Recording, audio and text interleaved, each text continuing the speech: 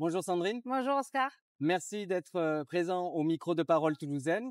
Nous sommes donc à la 25e édition du salon Vin et Terroir et Chocolat et Gourmandise à Toulouse, au Mythe.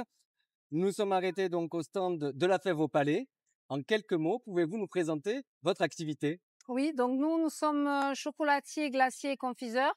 Notre spécificité, c'est que nous travaillons depuis la fève de cacao.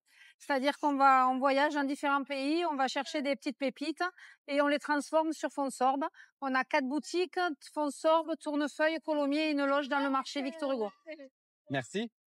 Une autre question. Selon vous, pourquoi le chocolat occupe-t-il une place si importante dans la culture française? Bon, déjà, je pense que la culture française, c'est quand même la gastronomie. Donc après le vin, qui est quand même une bonne place, le chocolat est en train de prendre vraiment un pas important parce qu'on est en train d'initier la clientèle à découvrir ce qu'est le vrai cacao, c'est-à-dire différents terroirs, différents pourcentages. Et c'est important parce que c'est le plaisir aussi, hein. C'est comme le vin, c'est comme toute la gastronomie française, c'est le plaisir d'être ensemble et de partager un bon moment. Merci. Vous m'expliquez que justement, vous étiez au plus proche donc des fèves de cacao. Pouvez-vous nous parler justement de la crise dans cette filière? Alors, oui, il y a une crise dans le cacao parce que, surtout dans les pays d'Afrique, hein, parce que je pense que ça a été, et c'est mon avis personnel, mal géré. C'est-à-dire qu'on a pompé sur les arbres sans se soucier de l'agroforesterie, sans se soucier de replanter parce qu'il y avait du business à faire, parce que il y a des pays émergents comme la Chine ou autres qui ont voulu du cacao et on s'est pas soucié. On s'est dit, on peut faire de l'argent là-dessus. Donc on a poussé sans replanter. Donc maintenant, aujourd'hui, effectivement, entre le dérèglement climatique, plus les gens qui n'ont pas replanté, on se retrouve avec une crise sur du produit de masse. Nous sommes moins touchés parce qu'on va chercher des produits vraiment de qualité, des petites productions. Le second pilier sur cette crise, c'est le prix. Donc forcément, offre de la demande et de ce qu'il y a en stock et du marché. Du coup, les prix se sont envolés.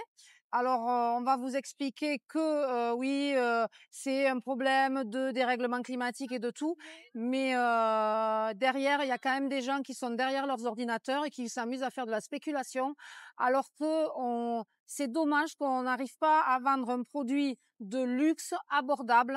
Quand on sait ce que sont payés les producteurs, je pense qu'il y a quand même des choses à faire et c'est dommage de profiter d'une crise, mais je pense que c'est aussi un peu dans tous les domaines, hein, dès qu'on sent que, voilà. Et comme c'est coté en bourse, on profite d'augmenter et malheureusement, on subit. Merci pour ces bonnes réponses. Avec plaisir. Merci Oscar. Question bonus, Sandrine, comme à notre habitude, pour clôturer cette interview. Un produit que vous n'avez pas créé et que vous aimeriez créer?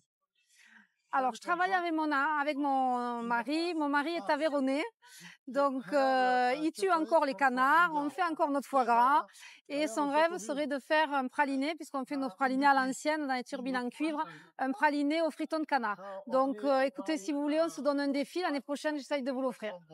Et avec grand plaisir. Et justement, pour vous retrouver, où vous êtes sur les réseaux et à Toulouse? Alors, sur les réseaux, vous nous trouvez sur delafèveaupalais.com. Marché Victor Hugo, une loge dans le marché Victor Hugo, à Tournefeuille, à Colomiers et à Fonsorbe, boutique, laboratoire et musée. Parfait. Hâte de vous retrouver alors. Merci Oscar. À très bientôt. À bientôt, au revoir.